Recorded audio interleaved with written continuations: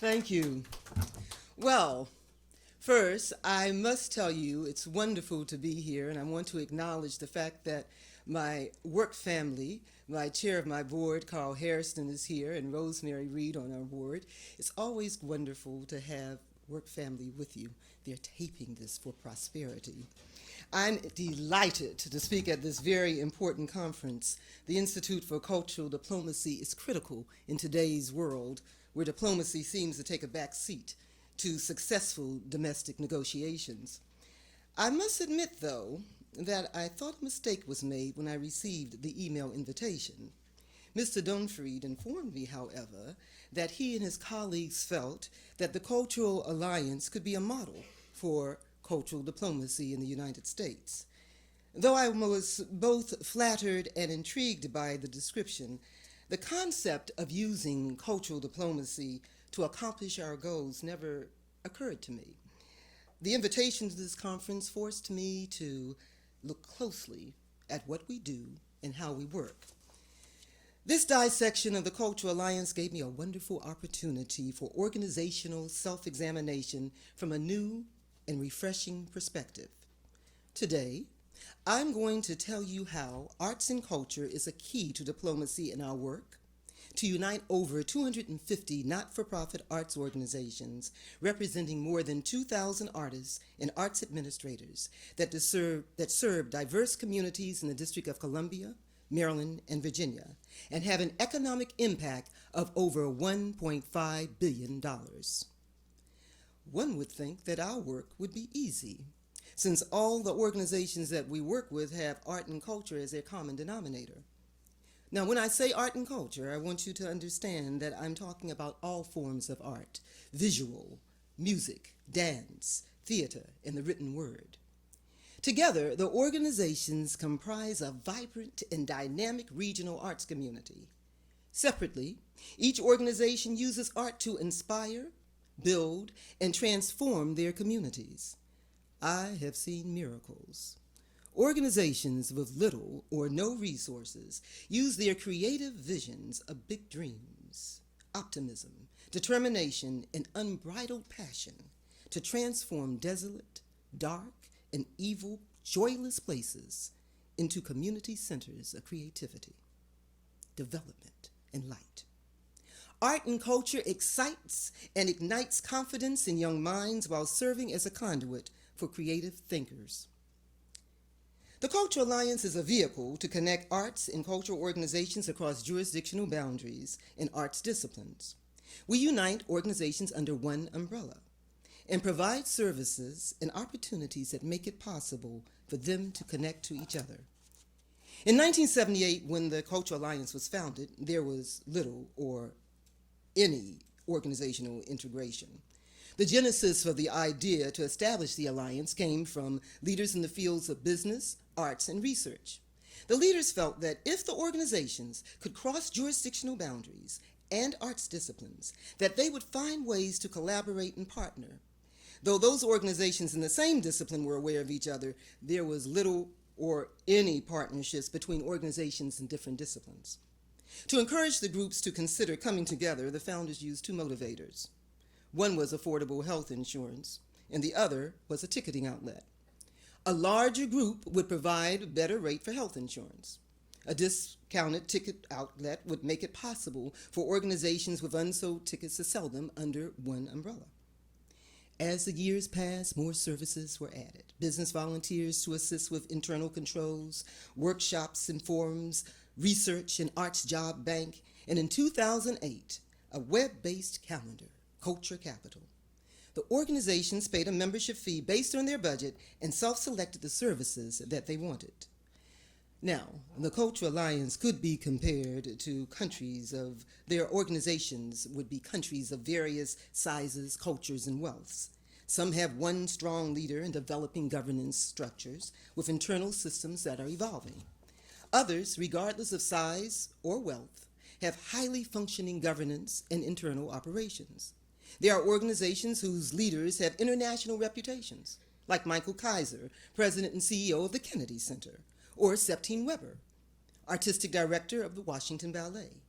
There are organizations with full volunteer staffs, and regardless of the discipline, size, and wealth of the organization, each is driven with a passion to serve their community with art and a passion to use art as a conduit to transform lives. Now, the Cultural Alliance has been described as a hub of a wheel, the center from which the organizations radiate. However, I prefer to think of us as bones. You never see your bones. You rarely think of them, but they are the frame to which your muscles and organs are attached. Though invisible to the eye, strong bones are essential to your well-being. Each bone has an important function, and though one might argue that some have greater significance than others, we would each be at a loss if asked which bones we would be willing to give up. These bones form the egoless, thankless, invisible skeleton quietly doing its job to support the body. The Cultural Alliance is like the skeleton, recognizing that each organization is important with its own face and ego. Our function is behind the scenes, stepping out in front to be the face of the organization only when it is judicious and only as a catalyst to promote their good works. Charles Wesley Emerson, the founder and first president of Emerson College in Boston and also a philosopher and a Presbyterian minister, wrote The Evolution of Expression. I thought of the 4 stages in this text when thinking about cultural diplomacy in the United States. Emerson describes 4 stages of expression, which I have adopted to describe the philosophy that we have used for the Cultural Alliance of Greater Washington. The first stage is the whole, which is the regional arts groups of all cultures, disciplines, locations, and sizes. The members are theaters, dance companies, choral groups, museums, art galleries, writing centers, major performance venues, and arts councils and commissions. The institutional budgets range from $25,000 to over $20 million, with staffs that are all volunteer to paid staffs of over 100. The catchphrase, "Eno, everybody in, nobody out," was created by Patrick Hayes, one of the founders of the Alliance, and in his time considered the Dean of the Arts. The second stage is the parts. Each individual organization is a unit unto itself, with different needs. The third stage is the service they offer to others. Each organization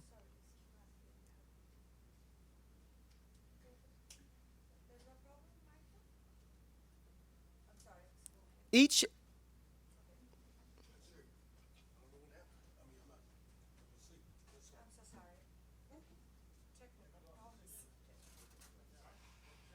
you want me? Oh, I'm back.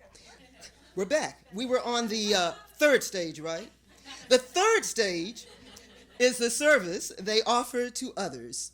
Each organization or cultural institution serves constituents within and outside of their jurisdiction with a common denomination of art and culture. That means that when I say their community, I don't want you to think that I'm just talking about a little community. Someone working in a little community, but globally as well. The fourth stage is the parts in relation to each other, which is the revelation stage and the most difficult to master, because most organizations are myopic, focused on what they do and their constituents. The Cultural Alliance plays the neutral role as the connector. We bring the arts organizations together through forums, affinity groups, and workshops. By promoting their individual works through one unit, Culture Capital, and selling tickets through Ticket Place, we highlight each entity together as a whole. Before I talk about diplomacy, let me give you a little bit more background information. From the time of its founding in 1978 through 1990, the Cultural Alliance was the only regional not-for-profit umbrella organization serving arts and culture in the greater metropolitan. The needs of the organization were great and varied from organization to organization. But we couldn't do and be all things to everyone. That's impossible. So as a result, we played an essential role in the development of other not-for-profits like Cultural DC, which finds space for organizations, and Cultural Tourism DC, which promotes museums, and through street signage marks the location and history of arts and cultural organizations and institutions in the District of Columbia. We've always had strong partnerships with the DC Commission of the Arts and Humanities and have, over the last 5 years, strengthened our partnerships with the other arts councils and commissions in Montgomery County, Maryland, Prince George's County, Fairfax, Arlington, and the city of Alexandria in Virginia. In the year 2004, we were approached to create a marketing entity for culture and art. Not being an expert in marketing or technology, we set out on a journey that lasted 2 years. First, we contacted the largest marketing arm in the region, which was located in the District of Columbia, Destination DC. We needed their guidance. When you know little or nothing, you go to the experts. They recommended a consultant whom we hired to help us map out a strategy for developing a marketing component that would serve every arts organization in the region, regardless of its size or discipline or location. To ensure that we were on the right track, we held a series of forums with funders, tourism bureau heads, arts leaders, and our local newspaper, the Washington Post. We researched best practices and spoke to the developers of other web-based arts calendars in all parts of the country. To make it work, we had to have a universally accepted template that would be easy for the average person to navigate, house over 10,000 entities, and showcase the works of the organization so that a consumer would want to purchase their tickets. The process gave me the opportunity to review the cultural landscape and to gain a clear perspective of the challenges in marketing that the regional arts organizations faced. Because of the investment that we were requiring of the participants, I had to be certain that they would have high returns. Though we had outlined the priorities and put the systems in place to proceed, success depended on more than the development of the calendar. The calendar, in order to be successful, required a financial commitment as well as the involvement of at least one staff member at each organization to post their shows and programs. This project had many moving parts, and for every organization that wanted to embrace it, there were 2 that did not. Regardless of the naysayers, we proceeded. Now, since the beginning of the millennium, the organization said they wanted comprehensive marketing. At one point, we felt as if we were herding cats. The group was clearly divided. We had to make a decision to continue because we believed the project was necessary and, frankly, we'd gone too far to turn back. We believed that this was a collaboration with tremendous possibilities. We were building a system and leveraging technology to create a successful regional marketing tool. We had done our homework, we had secured partners, we had investors, and in spite of the naysayers, we had to show leadership and move forward. Collaborations and partnerships were always an essential factor in the success of the alliance. But the transformative changes in the organization occurred when the internet appeared on the scene. The internet forced us to rethink who we were as an organization and changed our ability to offer several exclusive services. What was once exclusive to our members was now open to the public through the internet. Technology was a conduit to change in the culture of our organizations and of the Alliance. The change snuck up on us like fog on a clear winter night. When the internet was introduced in the 1990s, the arts community, especially the small and mid-sized organizations, were the last ones to embrace it. Several questioned its value. Many were uncertain if an investment in technology would have a lasting effect. The questions rang out. Is this a fad? Do I really need to buy a server? Will this catch on? I remember, though, it seems impossible. It seems impossible when arts and business leaders complained alike that emails would just be another way to drain them of their time. Emails, now we can't live without them. The internet and email reached the general public in the late 1990s or early 2000s. The point is, when we finally accepted technology as a necessary tool to successfully implement our work, we were struck by the realities of a major economic downturn, a downturn so powerful that it forced us to reassess our direction, digest and assimilate the change, and integrate this new reality affecting all of us. Change doesn't come easy, and most of us would like to believe that we are open to it. But I recently learned from my children, when it comes to technology, that they regard my husband and me as a traditional neighbor in Robert Frost's poem, Mending Wall. Robert Frost, a New England poet, writes about 2 neighbors who meet to repair a boundary wall that separates their property. I'll do it for you. Something there is that doesn't love a wall, that sends the frozen groundswell under it and spills the upper boulders in the sun and makes gaps even two can pass abreast. The work of hunters is another thing. I have come after them and made repair when they have left not one stone on a stone. But they would have the rabbit out of hiding to please the yelping dogs. The gaps, I mean, no one has seen them made or heard them made. But at spring, mending time, we find them there.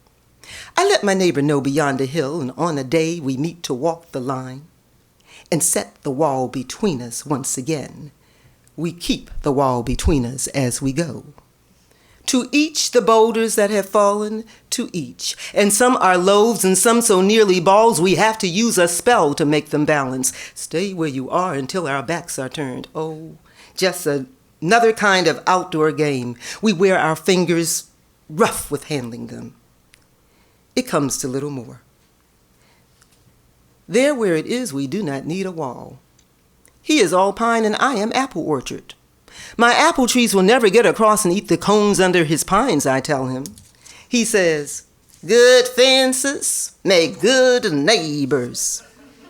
Spring is the mischief in me, and I wonder if I could put a notion in his head. Why do they make good neighbors? Isn't it where there are cows? But here there are no cows. Before I built a wall, I'd like to know what I was walling in or walling out, and to whom I was like to give offense. Something there is that doesn't love a wall, that wants it down. I could say elves to him, but it's not elves exactly, and I'd rather he said it for himself. I see him there, bringing a stone grasped firmly by the top in each hand like an old stone savage armed. He moves in darkness, as it seems to me, not of woods only and the shade of trees. He will not go behind his father's saying, and he likes having thought of it so well. He says again, good fences make good neighbors. There will always be those of us who hold on to the past so tightly because it is comfortable that we refuse to embrace the changes of the present and to try to understand the possibilities of the future because it takes time and energy. But we can't give up. You have to keep trying. Personally, I wanted to think that I'm a person who is a change agent. But our daughter, the nurse, who is 4 years younger than my son, the wealth manager, told him at Christmas, were it not for her hard work when he went away to college, that her parents would still be in the dark ages, without cell phones, iPads, or flat-screen TVs. Well, she's probably right. With the Alliance, we knew we had to take a back seat and listen to our members' concerns. We created a series of forums, and it was no surprise to us that at each one, marketing was a common component. But we were prepared. We had forecast this need years before the downturn and had spent 2 years developing Culture Capital, the region's web-based arts calendar. Before the downturn, we had the buy-in and the investment of the funders and the organizations. The site was launched, but unfortunately for us, it was too new to the organizations to be considered a viable marketing tool. At every forum, organizations still said that they needed marketing, and they never mentioned Culture Capital.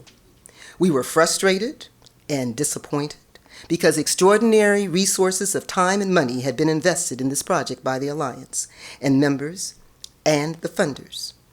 But it had only been 2 years since the launch, which was not enough time for Culture Capital to have the public visibility necessary to make a marketing impact. The organizations were impatient and wanted to realize a return on their investment.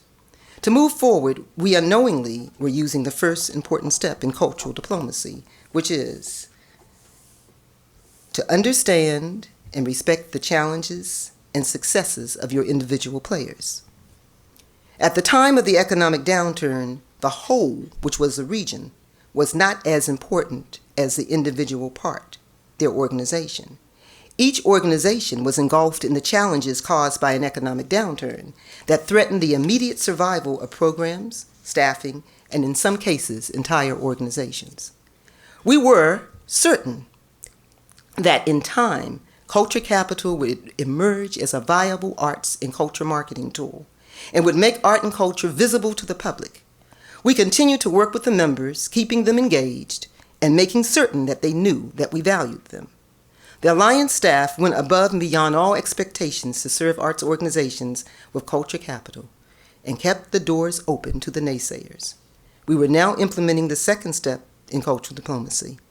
Come to the table without ego. Take a back seat and listen even when you disagree, and that just is not easy. To ensure participation from those organizations that could not afford to participate, some of the arts councils and commissions created an umbrella for organizations in their jurisdictions and paid the fee, making it possible for small and mid-sized organizations to participate, everybody in, nobody out. Over a period of 4 years, from the launch in the spring of 2008 to the fall of 2012, the visitation to Culture Capital increased from 3,000 a month to 40,000 a month. Within this same period, we had to encourage organizations to complete an economic impact study and audience survey for Americans for the Arts, the nation's leading nonprofit organization for advancing the arts and arts education. We coordinated the regional study in partnership with arts councils and commissions in Greater Metropolitan Region. We pooled our resources and presented the data at a region-wide press conference, using technology to spotlight each region's data in a collaborative video, which highlighted the elected officials from each of the 6 jurisdictions that comprise the Greater Washington region. The Cultural Alliance moderated the press conference, but the region was the star. Arts councils and commissions placed the video on their websites, as did several organizations. Because the elected officials were in the video, the elected officials were aware of the value of art and culture in their jurisdiction and of its regional impact. This is of great benefit to our members because the video is a tool for advocacy. Cultural diplomacy lesson number 3 and 4. Be bold enough to give the players the opportunity to work together by empowering them to find the solution to problems. And 4, maintain the role of servant leader, working behind the scenes. The Cultural Alliance Board is representative of arts leaders of large and small organizations, of arts councils and commissions, and large and small businesses. The discussion at the board meetings is exciting and intense, but at the end of the day, we value our individual member organizations, their work, and their expertise. Another Frost poem entitled Two Tramps in Mud Time illustrates conflicting views. A man chopping wood on his property one mild spring morning is enjoying the task when he's approached by 2 lumberjacks looking for work. The man doesn't want to give up his task of chopping the wood, but is conflicted when approached by the lumberjacks. The poem describes the conflict. I'm going to give you 2 stanzas. Out of the woods, 2 hulking tramps from sleeping God knows where last night, but not long since in the lumber camps. They thought all chopping was theirs of right. Men of the woods and lumberjacks, they judged me by their appropriate tool. Except as a fellow handled an axe, they had no way of knowing a fool. Nothing on either side was said. They knew they had but to stay their stay, and all their logic would fill my head. As that I had a right to play with what was another man's work for gain. My right might be love, but theirs was need. And where the 2 exist in twain, theirs was a better right, agreed. But yield who will to their separation. My object in living is to unite my avocation and my vocation, as my 2 eyes make one in sight. Only where love and need are one, and the work is play for mortal stakes, is the deed ever really done, for heaven and the future's sakes. Among other things, these lines confirm for me that when 2 opposing groups come together, one with more expertise than the other, but both focused on the same task, that regardless of ownership and expertise, they can unite. So to recap, for soft diplomacy, we've learned, 1, it's necessary to understand and respect the challenges and successes of the individual players. 2, to come to the table without ego, take a back seat, and listen, even when you disagree. 3, Be bold enough to give the players an opportunity to work together by empowering them to find the solution to problems. And 4, maintain the role of servant leader, working behind the scenes to provide support with patience, determination, and focus. Arts and culture is a universal, empowering, and transformative language and can be a key to diplomacy. Thank you. And if so, where are you seeing art addressing the changing ethnic demographics of so many of Maryland and DC's neighborhoods? Let's just start with DC. If you go to 14th Street, if you're familiar with 14th Street, that was a street that no one would ever drive down unless you were in armor. And if you had visitors, you would always circumvent that street because it is where the people who practice illegal pharmaceuticals and sell various body parts would frequent. But now it is the place that everybody wants to go to. And when it started, when you go back maybe 30 years, there was the Studio Theater and there was Source Theater, and that was it. And people would park their car, they'd run out and run into the theater because they didn't want to be accosted. And they really were the anchor, especially Studio Theater. And if you go further up 14th Street, where Gala Hispanic Theater is, and the Dance Institute, I'll tell you a short story. When Gala Hispanic started, Rebecca Mandrano is the managing director, and she came in with blueprints and with Horning Brothers and said, "Oh, we're going to build a theater, and we're going to have a grocery store, and we're going to have." She had no money, she had nothing, and I thought, and you see what's there now. So that's just one small example. And if you go to 7th Street, the same thing. 7th Street was very dismal, dark, empty. Shakespeare Theater was on 7th Street, but before that, the Landsberg Building, which was just a big warehouse. I go back so far, it's ridiculous. It was dark. There was nothing there. It was a dark hole. So that there was no downtown. If you brought people here, they'd go, "Oh, where's the downtown? Where do I go?" And now it's vibrant and it's exciting. But it's there because the arts organizations planted their stakes. They were bold, they stayed, and people came. So that gives you a sense of, You were mentioning workshops to facilitate collaboration and understanding between these different groups, but you were also mentioning a lot of ego and probably a spirit of competition. I'm wondering if you can give 1 or 2 examples of how these workshops or other art events kind of served as an impetus for people wanting to work more. Absolutely. Examples of it inspiring people to collaborate more. Thank you. What we found was that the not-for-profit arts is hard work. And people don't want to leave their desk. They hate to leave their desks because they're afraid that if they leave their desk, something horrible will happen to them. So when we would put together what we called affinity groups so that they could come together, we did several. And when we brought, for example, executive directors together,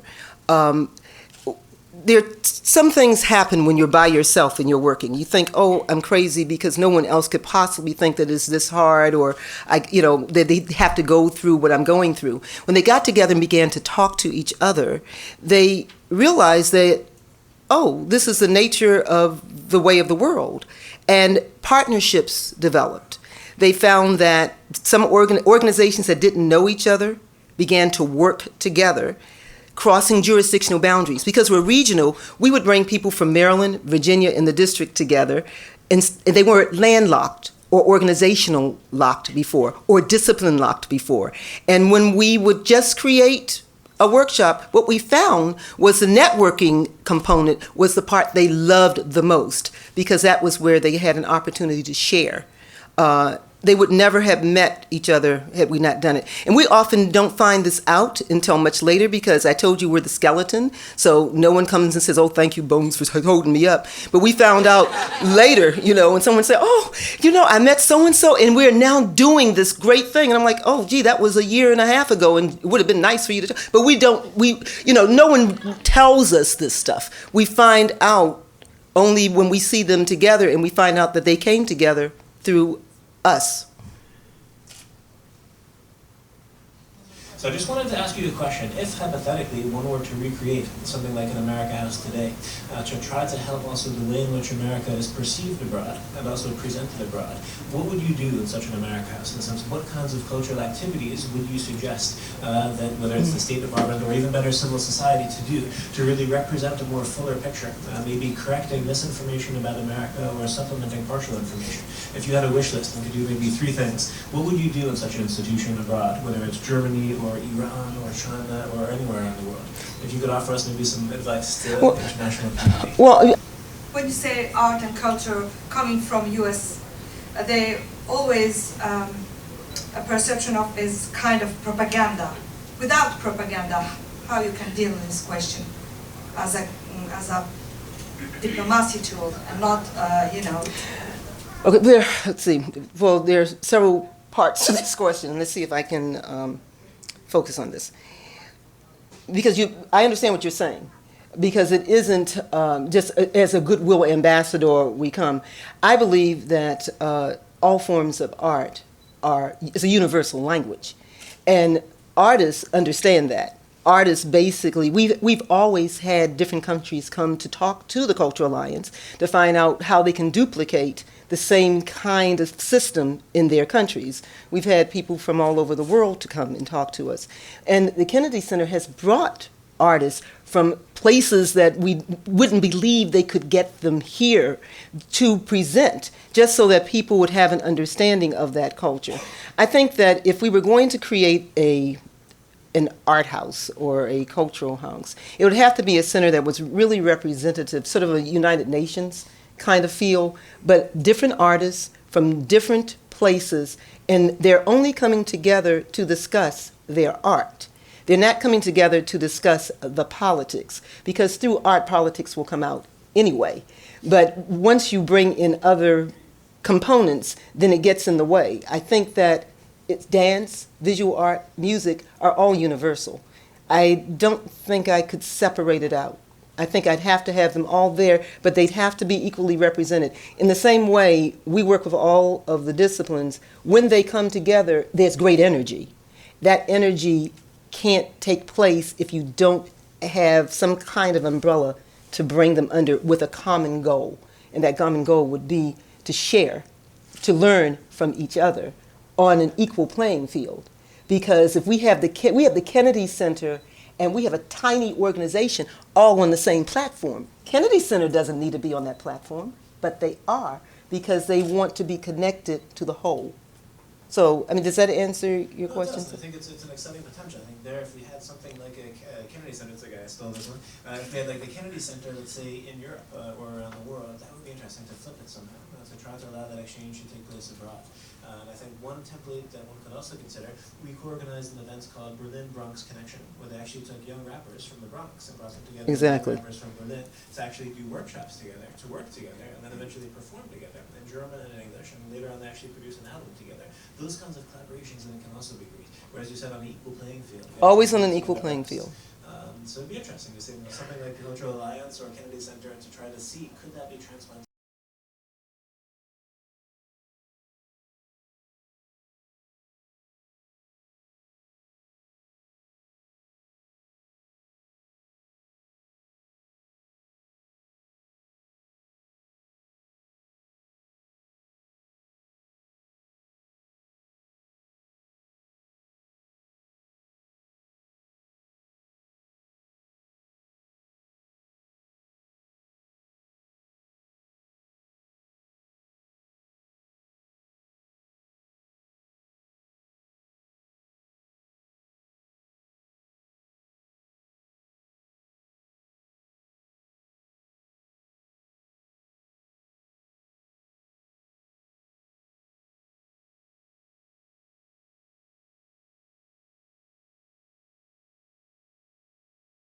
abroad.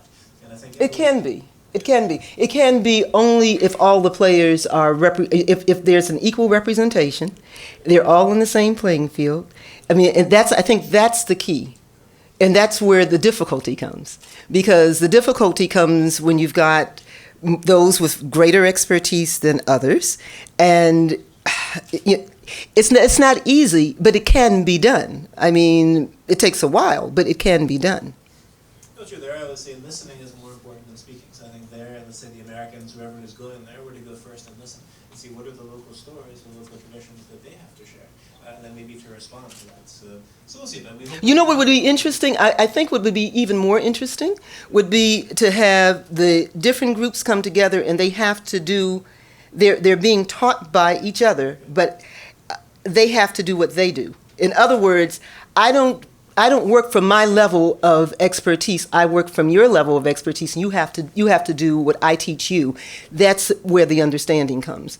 It's very, very difficult. It's easy when you're doing your thing, and I'm teaching you, so I can show off. But when you teach me, and I have to do what you've taught me, then there's a humbling experience, and that's when the communication and understanding really evolves. and understanding in both directions. Exactly. The best way to understand yourself is to see yourself through the eyes of someone else. Absolutely. You see someone performing your art. So on both levels. Is being the conscious observer and being able to separate out to be able to see. And I think that, I know it would work. We just have to create it.